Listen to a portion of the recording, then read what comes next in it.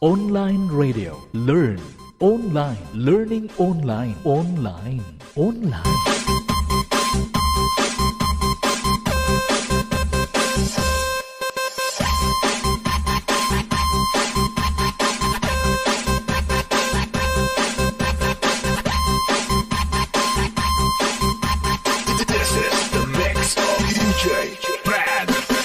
This is online radio. Learn online. Learning online. Online. Online. Online. Online. Online.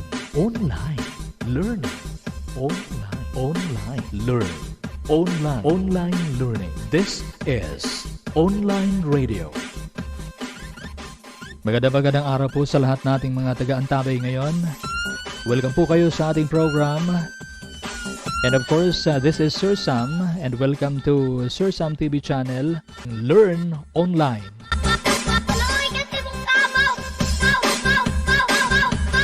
Sa muli po, binabati po namin lahat nating mga listeners, ang lahat nating mga onliners, lalong-lalo na po ang ating mga estudyante, especially po yung mga grade 8 students. Magandang araw sa inyo.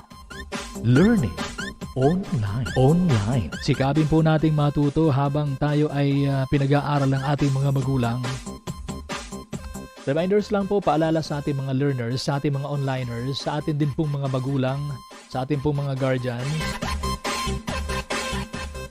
Bigyan po natin ng tamang oras sa pagkakataon, yung pag-aaral ng ating mga anak. Learning online. Online. Para po makapag-focus naman sila sa kanilang pag-aaral, nang sa ganun po ay maintindihan nila yung mga lessons na itinuturo ng kanilang mga guro.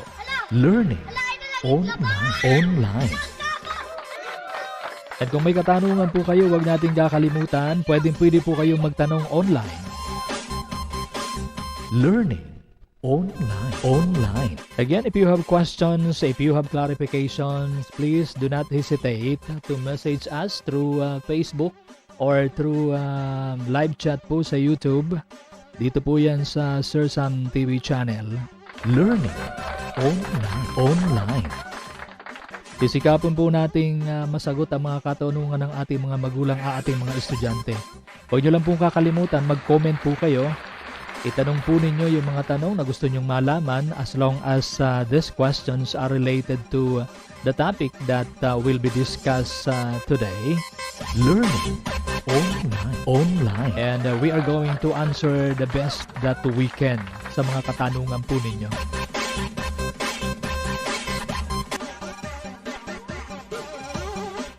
Ayan, onliners, handa na po tayo. Get ready. Get your module. At kung meron po tayo mga learning assessment sheet or last na tinatawag, ito po yung papel kung saan nakalagay po dun yung anong gagawin natin, at ito po yung mga sasagutan natin nakalagay po dun sa learning assessment sheet. I-ready na po natin. And of course, wag po natin kakalimutan yung ballpen, kung lapis man po yun, yung mga gagamitin po natin ay dapat naka-ready na para hindi na po tayo maabala habang tayo ay nakikinig sa ating talakayan. This is online radio. Learn online. Learning online. Online. Online. Online. Online. Online. Online. Learn online. Online. Learn online. Online learning. This is learning online radio. Learning online. Online. Learn online. Learning online. Online. Online.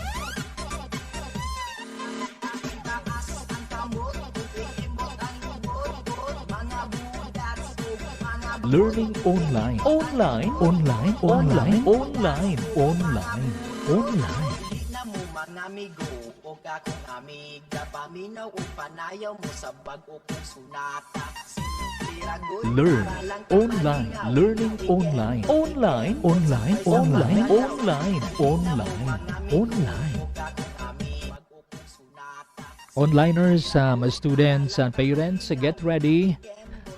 Kindly get your module. At kung meron po kayong last or yung learning assessment sheet, kunin po ninyo, ihanda na po ninyo. Yung lapis po, yung ballpen po natin, i-ready na po rin natin. At kung meron po tayo dyan ng mga bottled water, kung iinom po tayo, i-ready na rin po natin para kung sakaling mauhaw po tayo habang nagsisimula tayo, madali lang natin makukuha yung mga tubig upang uminom tayo. So, for the quarter 2, module 2, our lesson focuses on expressing one's views while appreciating the past. So ito po yung pag-uusapan natin for module 2. For this lesson, what are the things that we are going to learn as we go on discussing the lesson? So the main objective of this lesson is the student, the learners, you will learn how to use opinion marking signals to share ideas. So if you want to share ideas, you will learn how to do this properly. And aside from that, ano po yung pwede nating matutunan? Another is, we will learn how to give an opinion. The proper way of giving opinion. We will learn also how to ask for an opinion. If we want to ask an opinion from somebody, so we will learn how to do it properly. Another thing is, how are we going to agree? Another thing that you are going to learn is, how are you going to disagree? If you disagree, how are you going to do it? So these are the important things that you are going to learn from this lesson.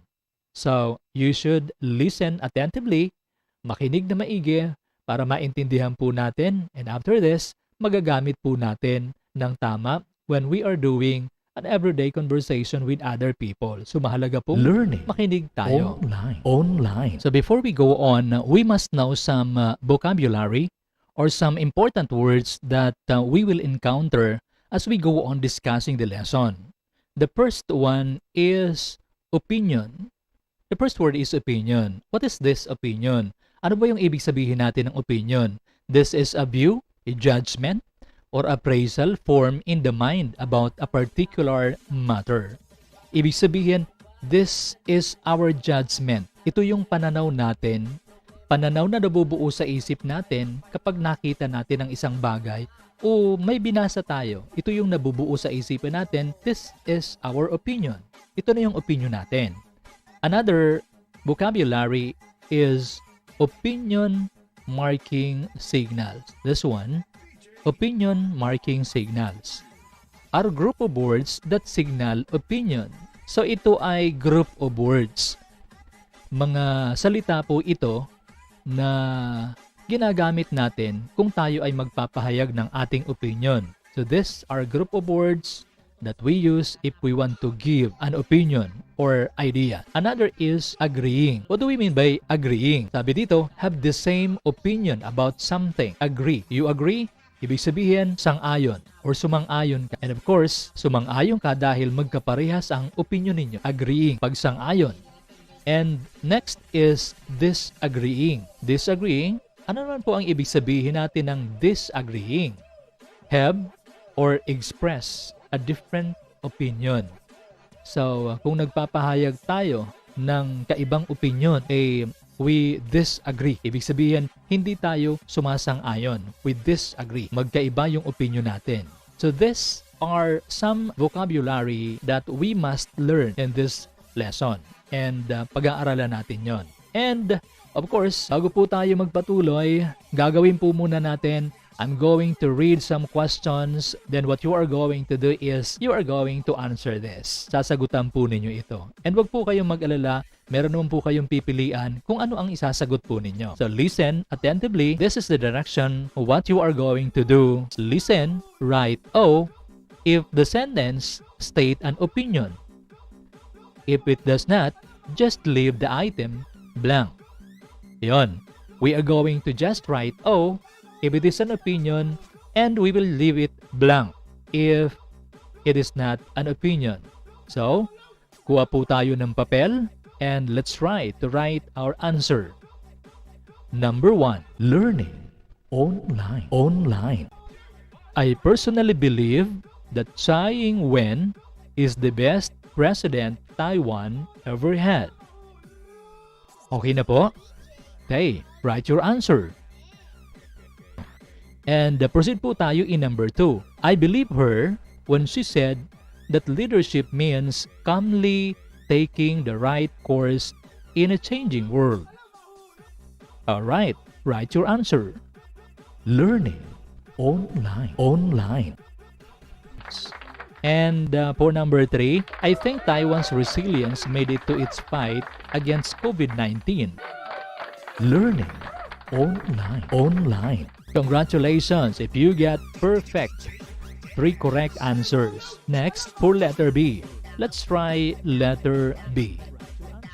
So what you are going to do is you are going to choose the letter of the correct answer. And you are going to write your answer on the paper you have prepared. For number 1, the question goes like this. The following words, phrases, signal an opinion. Which of the following is used when disagreeing to someone? Learning online. A. Online. Definitely. B. So do I. C. Yes, but. And letter D. Yes, you are right. Write your answer. Learning online. Online. Next, number 2. The following are expressions that signal opinion, except blank. A. It is considered. B. I believe. And letter C. I think. And letter D. I like. Write your answer. Next, number 3. Do you think Taiwan did a job well done in its fight against COVID-19? How do you agree in this question, seeking for your opinion? Choose the correct expression in agreeing to an opinion. A. Yes, it did. And letter B. Yes, I think so. And letter C. No, it didn't. And letter D. No, I don't think so. Write your answer in number 3.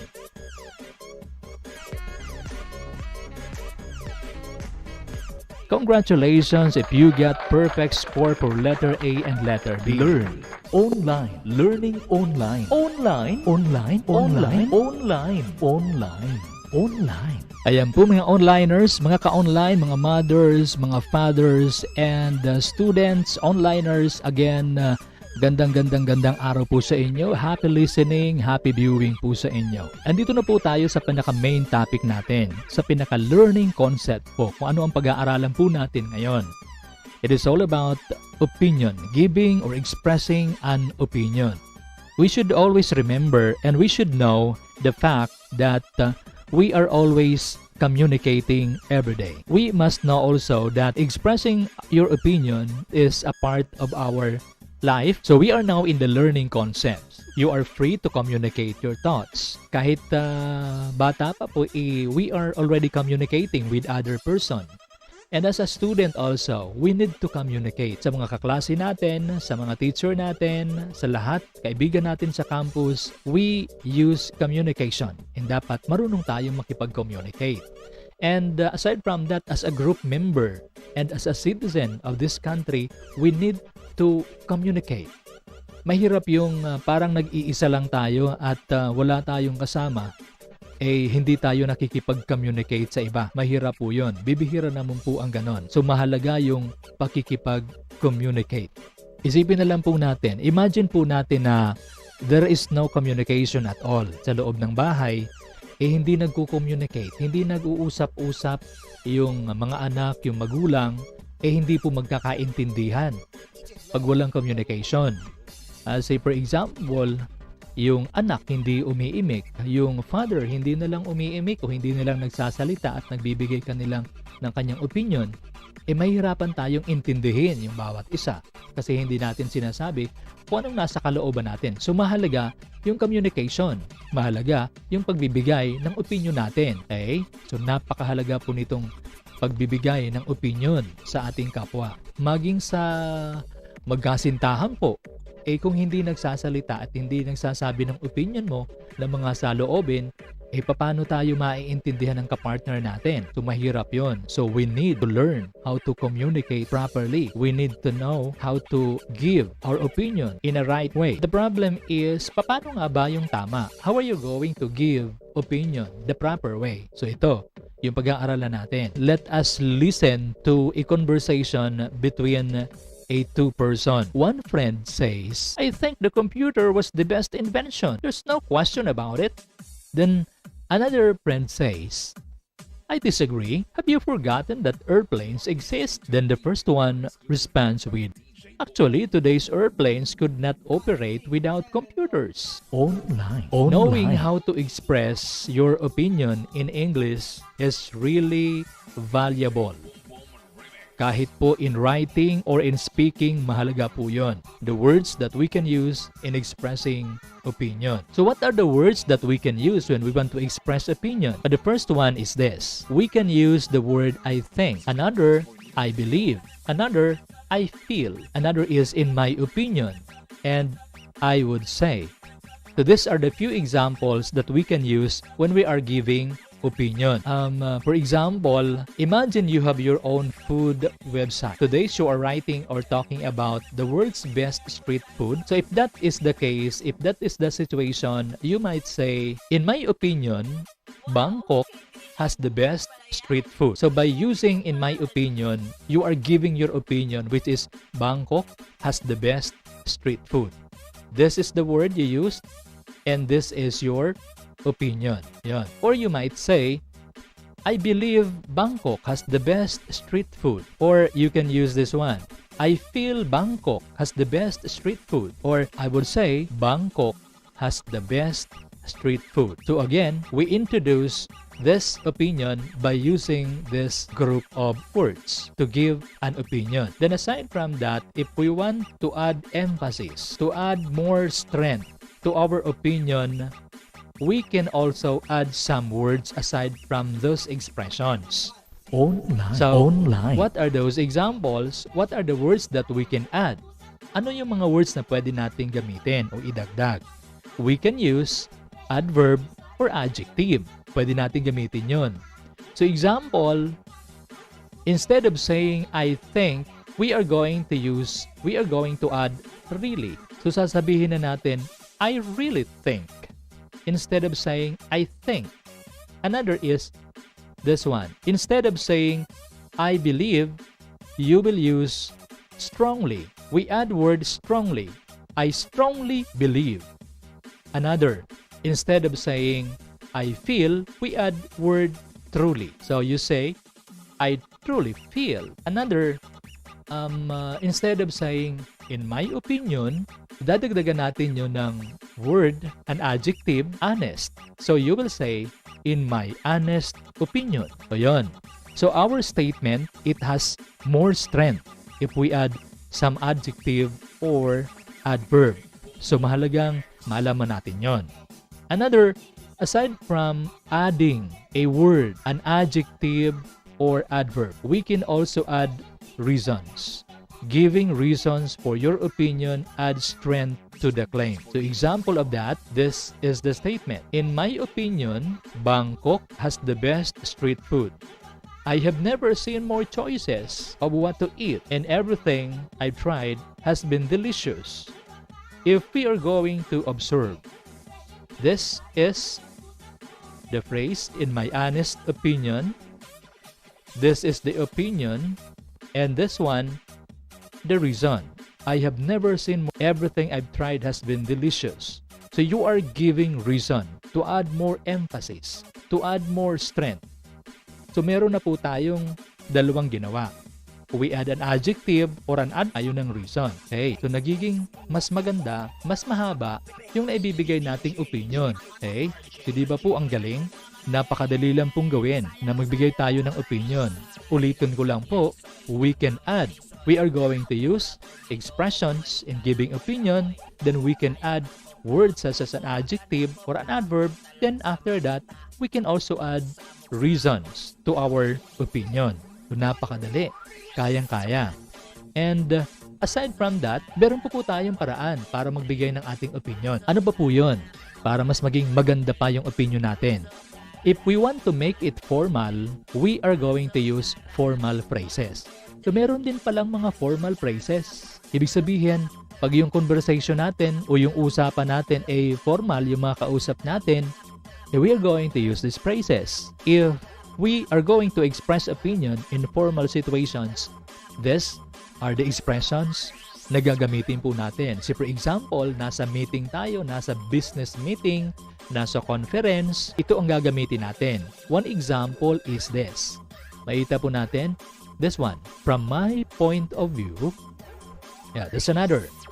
That's one. And another, from my perspective, and another is, in my view. And it seems to me that we have many more examples, but these are only few examples that you must know. Again, we are going to use this in formal situations. So, if we will use it in a sentence like this one, in my view, cruise ships should be banned. They produce massive amounts of waste and use the dirtiest fuel in the world. So, ginamit natin dito, in my view. This is a formal phrase. And your opinion, cruise ships should be banned. And your reason, they produce massive amounts of waste and use the dirtiest fuel in the world. So our opinion becomes stronger, has more strength if we are going to add those words. Another, so ito kung papalitan natin to, in my view, online. Pwede mong gamitin, from my point of view, cruise ships should be banned. They produce massive amounts of waste and use the dirtiest fuel in the world. Or pwede mo rin gamitin, from my perspective, cruise ships should be banned. They produce massive amounts of waste and use the dirtiest fuel in the world. O pwede rin gamitin natin yung, it seems to me that cruise ships should be banned. They produce massive amounts of waste and use the dirtiest fuel in the world. Yan, ulitin ko, formal phrases should be used in formal situations. So aside from that, ano pa po ang dapat nating malaman? Napag-aralan na po natin. How are we going to give opinion? How are we going to share our opinion to other people? Alam na natin yon. Yun lang po ba ang kailangan when we communicate with other people? No. Hindi lang yun ang kailangan kapag tayo ay nakikipag-communicate. Hindi lang naman tayo dapat ang salita ng salita. Hindi lang tayo ang dapat nagsasalita at nagbibigay ng puro-puro o opinion. Because if that is the case, baka magalit po yung kausap natin kung palagi na lang tayo ang nagsasalita. Ma-observe po natin sa mga kaibigan natin or maybe inside the classroom.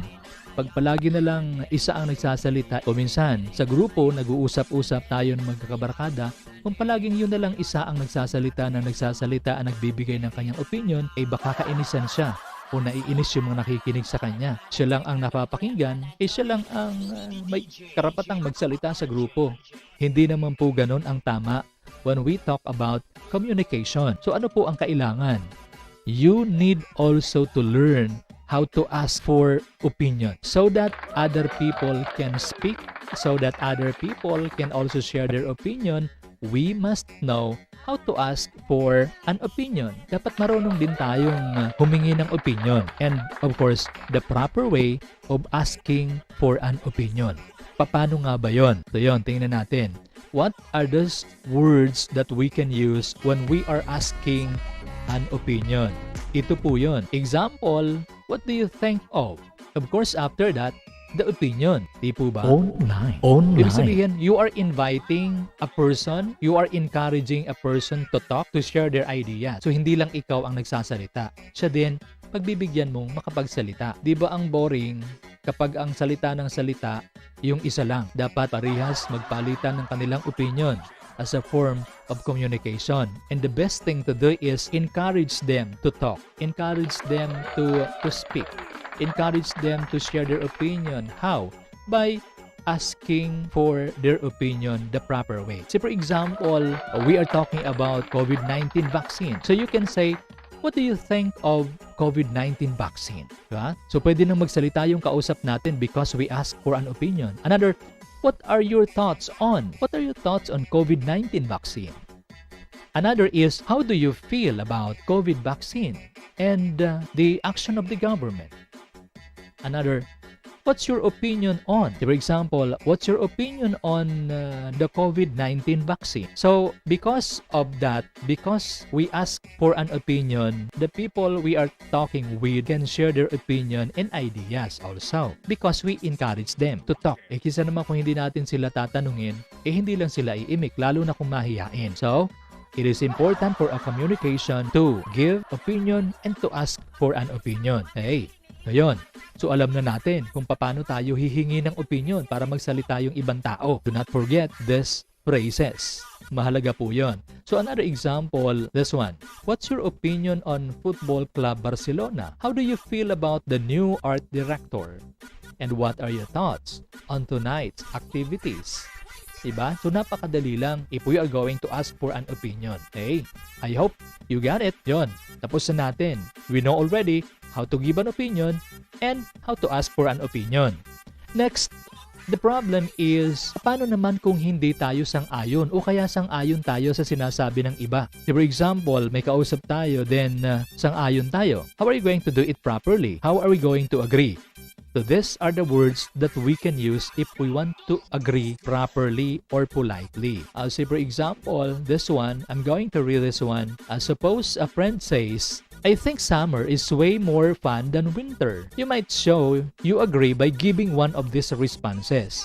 So ano yung pwede mong maging response? Pwede mong sabihin, so do I. Or definitely, I agree. Or I could agree.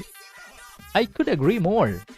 So these are some expressions that we can use if we agree to someone's idea. Ulitin ko lang po, we can say, so do I. Alam mo, sinabi nung kaklase natin, ito yung sinabi niya, I think summer is way more fun than winter. So you might say, so do I. Me too. Definitely, I agree. Or, I could agree more. Do not forget, these are the words that we can use if we agree to someone's ideas or opinion. Okay? Now, the problem now is, how are we going to disagree? Halimbawa, hindi naman tayo sang-ayon sa sinasabi ng kausap natin. Ano gagawin natin? What are the proper words or phrases that we will use? So, ito yon. So, what are the expressions that we are going to use if we disagree? You might use, I disagree. Or, I don't agree. Or, you might say, yeah, but... So, these are few expressions to show that we disagree. Example, it goes like this. When someone says, I think summer is way more fun than winter. When you disagree, you will say, yeah, but winter has just as many fun things to do.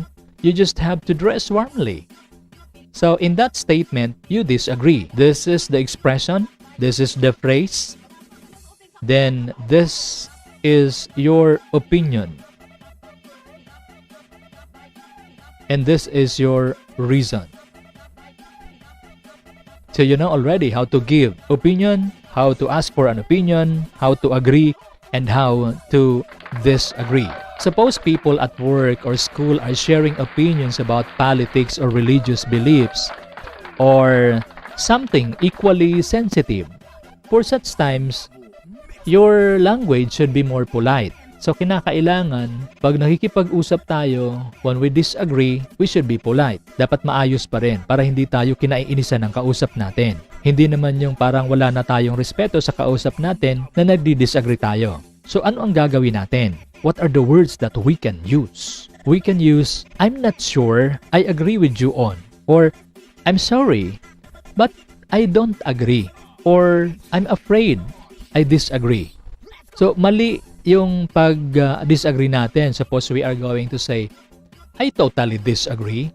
Or you are going to say, you are wrong. Hindi yun polite. Maiinis yung kausap natin. So instead of saying that, ito yung mga sasabihin natin.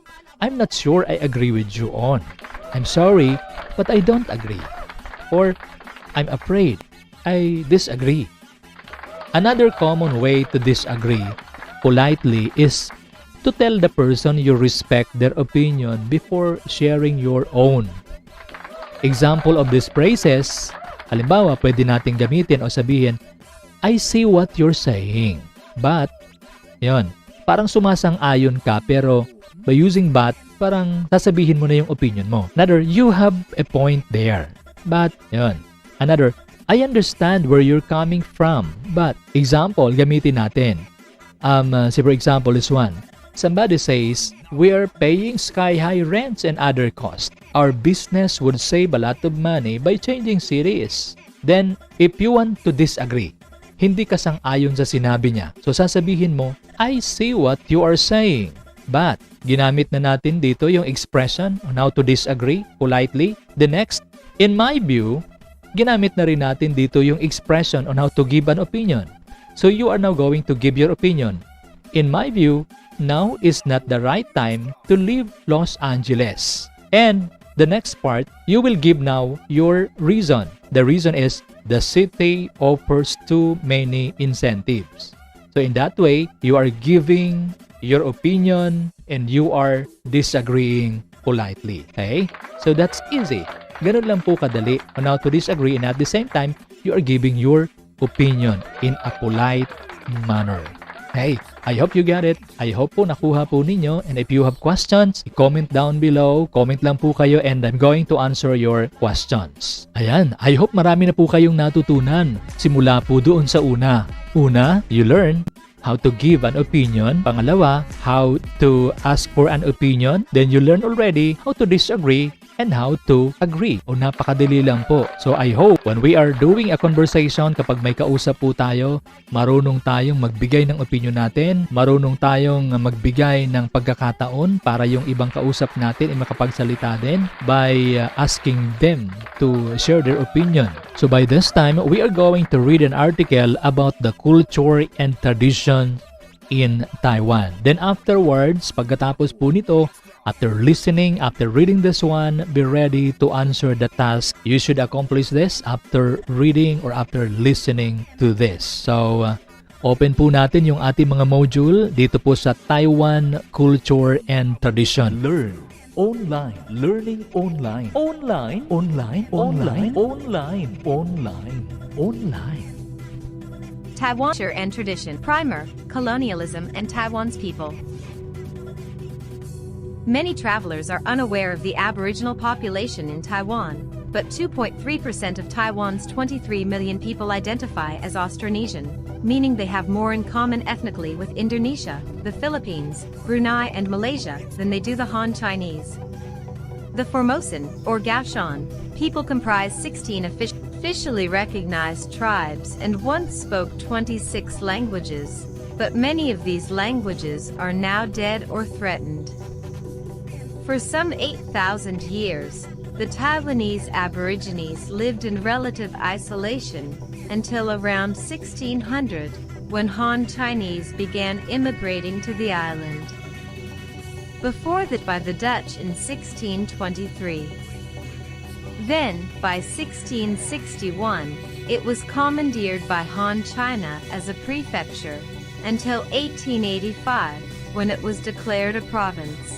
10 years later, Japan's colonial efforts won Taiwan from China, and they ruled the island for 50 years, until World War II ended Japan's colonial era, and Taiwan reverted back to China under peace treaties.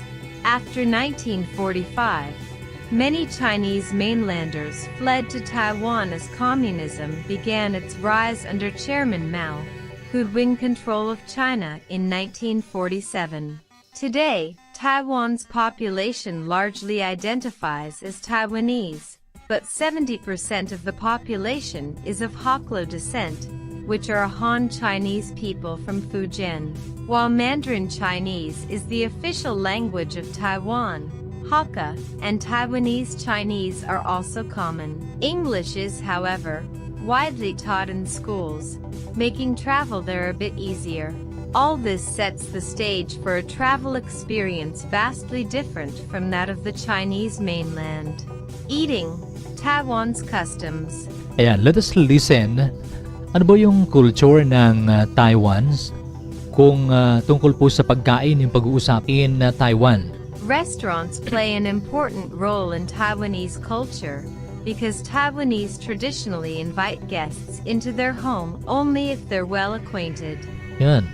If we are going to observe In the restaurant in Taiwan, marami ang kumakain sa mga restaurant nila. Bakit daw po? Sapagkat yung mga karamihan ay ini-invite yung kanilang mga guest sa restaurant instead na sa kanilang tahanan.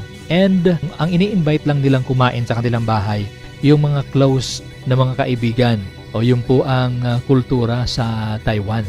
Otherwise, they meet in restaurants and cafes, making it common to see large dining parties frequently in Taiwanese establishments. It's also why they use revolving bases for food platters, so everyone can easily access the up to 20 courses that routinely comprise a Taiwanese meal. With meat popular, it can be off-putting to Westerners to see Taiwanese spitting their bones onto the floor or putting them on the table, but their culture dictates this to be cleaner than putting them on their plate. So it's the norm. Ayan, if we are going to observe also, sa Taiwan, dahil marami ang kumakain sa restaurant kumpara sa pag-invite nung mga kaibigan nila sa tahanan, yung mga restaurant nagpi-prepare sila ng sabi dito is 20 courses and dahil nga marami ang kumakain sa restaurant. And kung narinig po natin, sabi dito, ang pinaka-popular na pagkain doon is yung meat. So kumakain sila ng karne. And isa pa sa mga kultura ng Taiwan, yung pagkain pa nila, yung buto at saka yung tinik ng isda, niluluwa nila yon sa sahig o kaya sa table. Pero kung titingnan ng mga Westerners ay hindi maganda ang ganon. Pero ang mga Taiwanese, normal lang yun sa kanila. Bakit? Kasi naniniwala sila na mas malinis ang ganon kaysa kumain ka at yung buto at saka tinik ng pinagkainan mo ay iluluwa mo sa pinggan mo. So, yun ang kanilang norms. Yun ang kultura nila. Taiwanese eat with chopsticks. It's considered impolite to hold chopsticks throughout a meal, so lay them down periodically on their rest as you chew and chat a bit. When through eating, leave a touch of rice on the plate and return the chopsticks to the rest. Cleaning your plate can be considered brash, implying that your host hasn't fed you enough food. Ayan, yung mga Taiwanese, kumakain sila gamit po yung chopsticks. Samantalang tayo dito, we are using spoon and a fork, pero sila chopstick ang ginagamit. And i-consider nilang impolite, hindi magandang tingnan kung sila ay kumakain, pagkatapos hawak-hawak nila yung chopsticks habang hindi sumusubo ng hindi magandang tingnan yon. So ang dapat, according to them, ilagay yung chopsticks doon sa ipatong, ilagay muna, bitawan muna yung chopstick habang ikaw ay ngumunguya o nakikipagkwentuhan habang kumakain. And pagkatapos pang kumain, ito pa, isa pa sa mga kultura ng Taiwanese. Kinakailangan wag mong ubusin yung pagkain na wala talagang tira sa pinggan mo. Kinakailangan meron ding tirang rice o pagkain doon sa plate na ginamit mo. Bakit daw po ganon? Dahil kung ubusin mo yung pagkain na wala nang natira at malinis yung pinggan o yung plate na pinagkainan mo, ito ay nangangahulugan sa kanila na ikaw ay hindi pinakain ng tama nung host. So yun, isa pa yon sa mga kultura ng mga Taiwanese. If you're lucky enough to join a Taiwanese group for dinner, don't be surprised if they start making toasts and pace yourself with the alcohol, because toasts can be frequent and impassioned. If you're moved to make a toast stand, it's a two-handed affair, one hand holding the side of the glass and the other supporting the bottom. Taiwanese are warm and friendly people. Ayon. Ito naman daw kung tayo ay kasama ng mga Taiwanese sa pagkain, huwag na tayong magtataka kung gumagawa sila ng mga toast.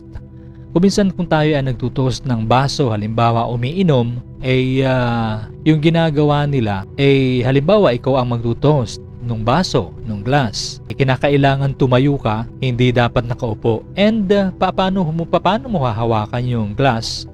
kung ikaw ang magtutoast. So sabi doon, two-handed affair. One hand holding the side of the glass. So one hand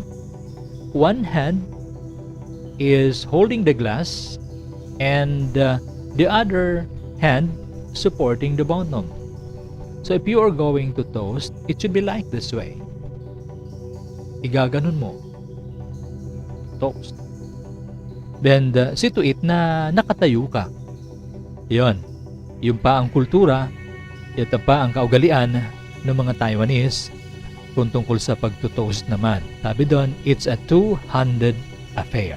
People, but they have a reserved manner and strongly dislike loud, showy behavior, especially in restaurants. Pay attention to conversational volume and behavior of those around you, and act accordingly.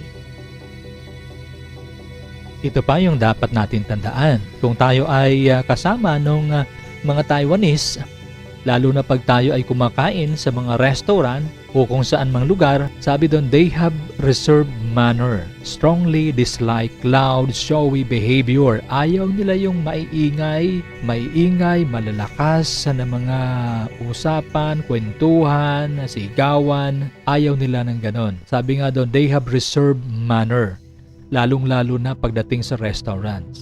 And sabi doon, pay attention to conversational volume. Hindi doon pwede na nakikipag-usap tayo parang nakikipagsigawan o ang lakas ng boses natin na halos yung katabing table natin nadidisturbo na sa lakas ng boses natin. Ayaw nilang ganon. Popular Taiwanese foods eating in Taiwan is a food lover's dream. It's considered one of the best eating destinations in the world, and its capital, Taipei, has a thriving street food scene. Forget about 3 meals a day. Eat as much as you can, as often as you can.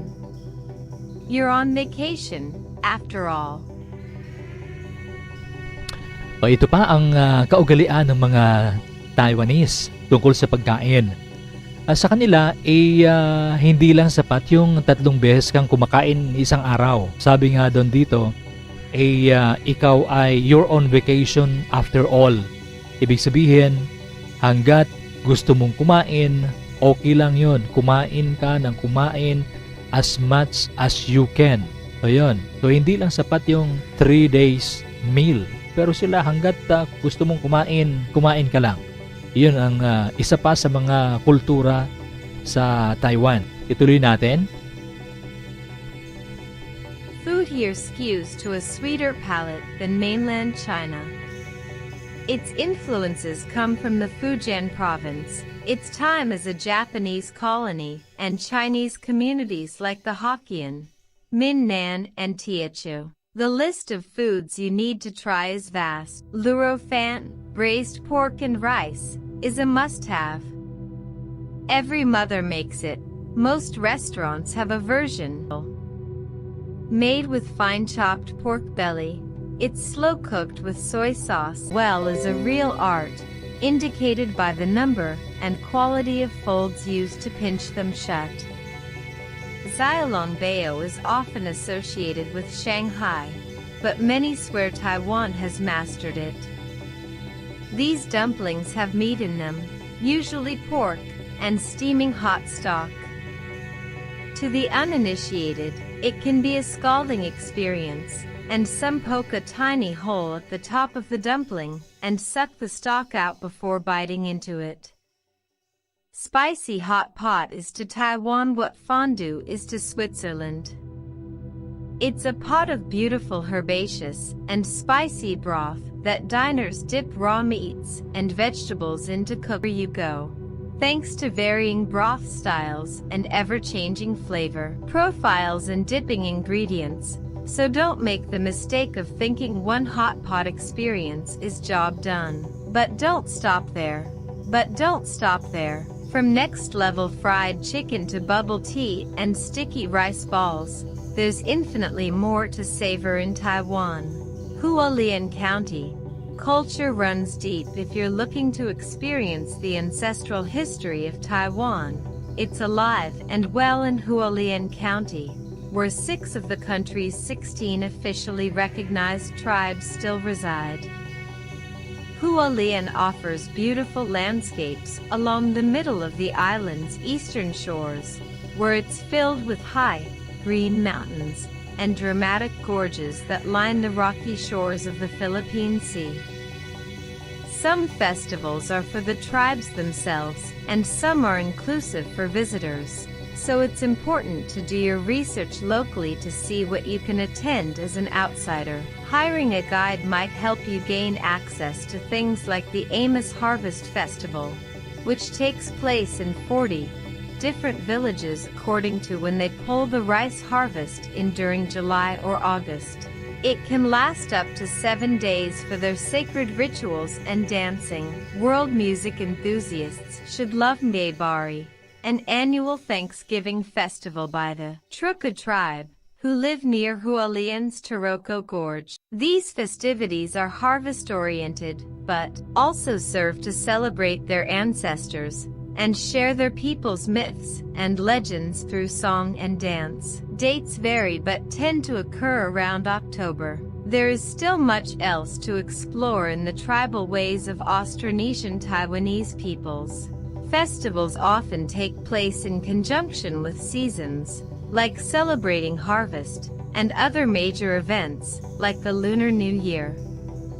In fact, the government offers a statutory holiday blank check. Its name translates as holiday to celebrate a seasonal ritual, and every tribe chooses a day for observance of their holiday. With 16 tribes and countless annual festivals, it's worth researching to see what might take place during your visit. The Taiwan News English newspaper tends to publish a list of the dates selected by each tribe annually. Other Taiwanese celebrations. Some will tell you that the Taiwanese are more Chinese than China. With such a large portion of their population descended from the Han Chinese, but having emigrated to Taiwan before the rise of Chairman Mao's Cultural Revolution and communism on the mainland, some Chinese traditions remain alive only in Taiwan. The Cultural Revolution outlawed many religious and ancestral practices, but Taiwan never came under communist control, so those ancient traditions remain in practice among ethnic Chinese. As in China, Thailand and other Asian nations, there are lantern festivals occurring throughout Taiwan annually, often around the Lunar New Year. Days vary place to place, but these are multi-day spectacles that include parades, dancing, music and lighting of lanterns that are either released to soar into the night sky or made of bamboo and leaves and allowed to float down rivers. It's a magical event to experience at least once in your life.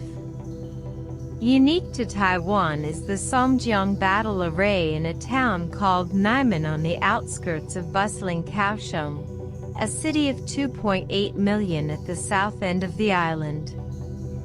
This isn't your usual martial arts competition. It's a throwback to the 17th century, when villages had to fend for themselves with temple-affiliated militias in response to indigenous tribes raiding towns filled with ethnic Chinese.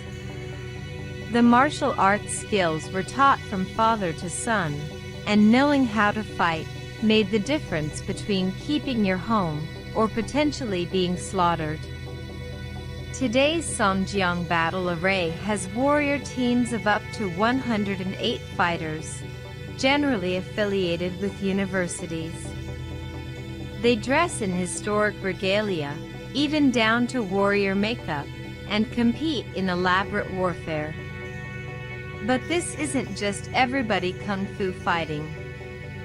You can expect to see battle axes wielded against swords, or umbrellas challenging farmers' implements, as might have happened during surprise invasions centuries ago. Often, these battles are done as reenactments of historic wars fought. One university recently demonstrated the story of the Duck King. In it, an uprising is led by Naiman's legendary Chu Ek against the Manchus. Elsewhere in Taiwan, as just one example of the countless small regional festivals, you'll find the Qixi coming-of-age ceremony. This celebration has happened in the 7th month of the lunar calendar for nearly 300 years. It began under the Qing dynasty as a feast marking young boys turning 16, and it carried great significance. It meant young boys could then earn a full job wage, whether they worked on the docks, in warehouses, or wherever. Under 16, they earned only half the salary. Today, both girls and boys are celebrated, and this is a touching symbol. Spectators watch as the dressed-up youth crawl under a ceremonial table, symbolizing their journey to adulthood. After they emerge on the other side, they burn money to appease the gods. Afterward, some ride horses through the city on a quest to make another offering at a nearby Confucian temple. Taiwan has a rich and diverse culture that celebrates family, ancestry, and history. Festivals and parades are important in their culture, and you're bound to stumble onto one sooner or later. From regular temple parades conducted to bless businesses to national events like the honoring of sea goddess Ma's birthday, you'll discover Taiwanese festivals are often vibrant, inclusive, and the kind of happenings you'll remember long after you unpack your bags at home. O ayan, we are done listening to the Taiwan tradition and culture. This is what you are going to do for the task 1. You are going to read its statement carefully, and you are going to write the opinion marking signal on your answer sheet. So again, you are going to read the statement, the sentences, and you are going to write the opinion marking signal used. Again, you will write the opinion marking signal. So we are going to read number 1. So number 1 goes like this. In Taiwan, it is believed that spitting bones on the floor is cleaner than putting them on the plate. Learning online. Number 2. Taiwanese eat with chopsticks. It's considered impolite to hold chopsticks throughout a meal. So, lay them down periodically on the rest as you chew and chat a bit. And number 3. It is thought that Taiwanese are warm and friendly people, but they have a reserved manner and strongly dislike loud, showy behavior, especially in restaurants. And number 4, I am sure that eating in Taiwan is a food lover's dream. It's considered one of the best eating destinations in the world, and its capital, Taipei, has a thriving street food scene.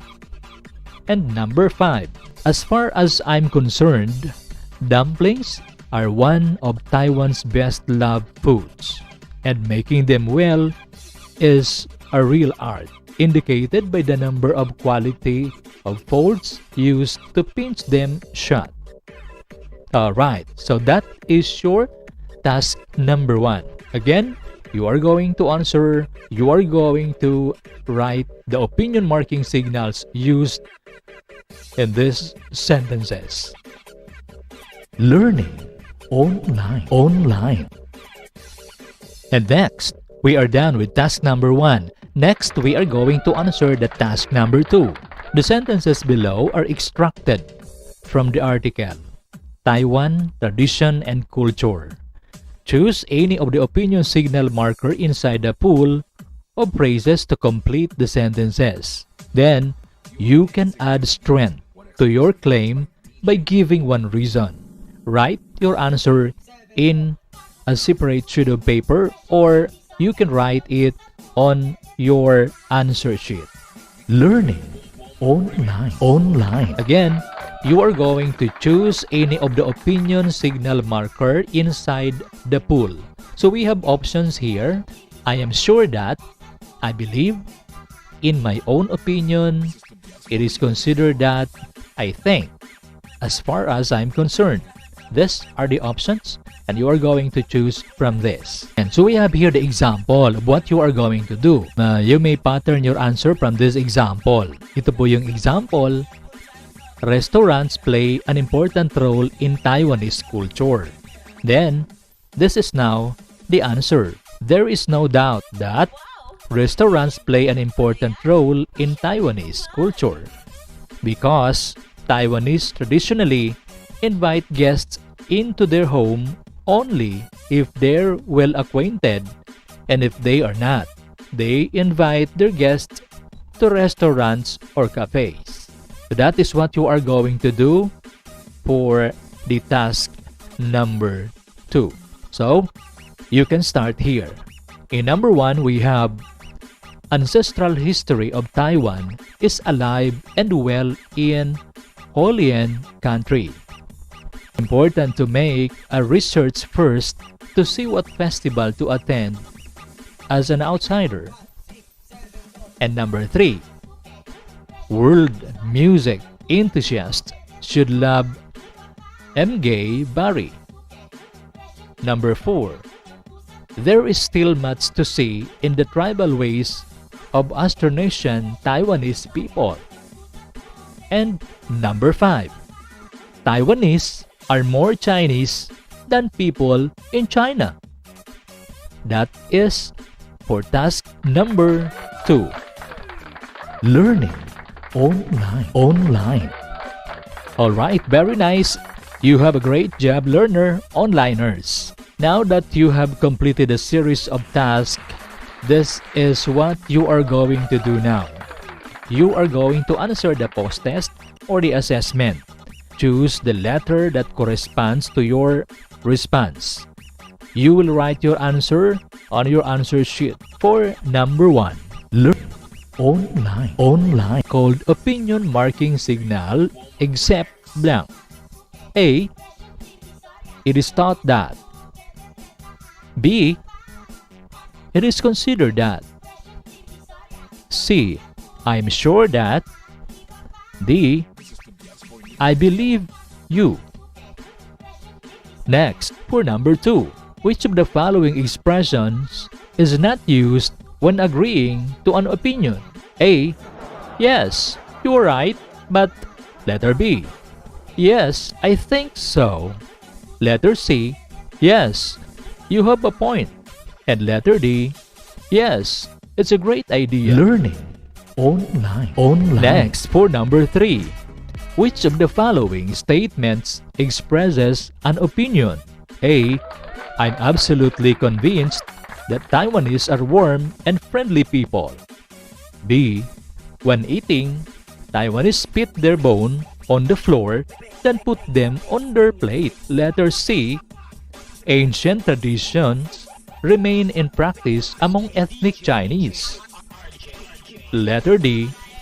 The Formosan or Gaussian people comprise 16 officially recognized tribes and once spoke 26 languages.